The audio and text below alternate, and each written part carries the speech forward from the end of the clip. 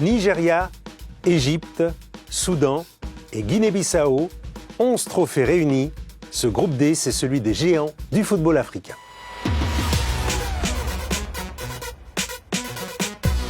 Le premier de ces géants, c'est le Nigeria, triple champion d'Afrique. Les Super Eagles qui, à la CAN 2019, étaient tombés de haut, crucifiés en demi-finale et sur le gong par un génial coup franc de l'Algérien Riyad Mahrez. Depuis, malgré un effectif quasiment inchangé, l'équipe nigériane n'a guère brillé. Une qualification haut la main, certes, pour le tournoi camerounais ainsi que pour les barrages du mondial qatarien, mais à l'issue de matchs poussifs, voire déconcertants.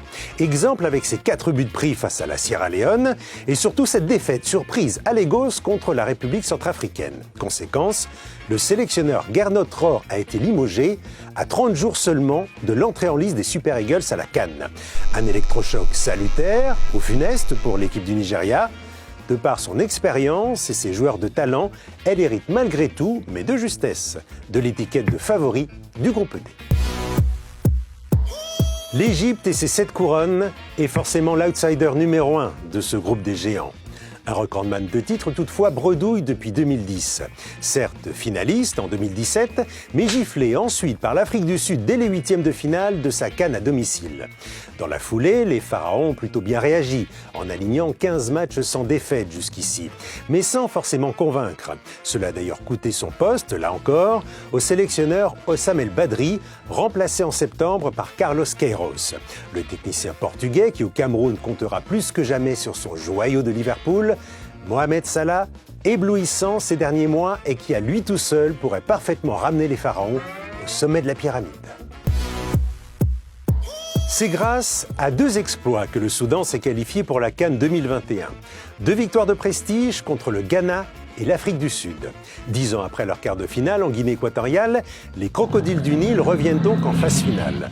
Un double exploit qui toutefois n'a pas connu de suite, puisque la sélection soudanaise n'a remporté aucun de ses 6 matchs éliminatoires pour le Mondial 2022. Hubert Velud, le sélectionneur pourtant encensé quelques mois auparavant, n'y a pas survécu.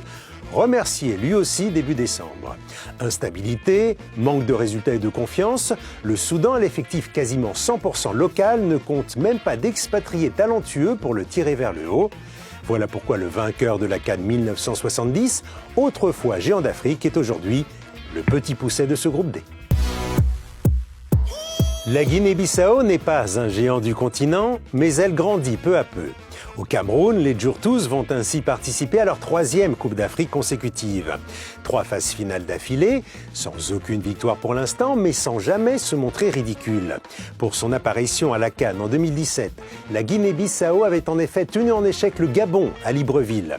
La preuve que ces Licaons ont du caractère, du mordant. Et de plus en plus, à en croire le succès 3-0 contre le Congo en 2021 et les 2 nuls qui ont suivi face à la Guinée.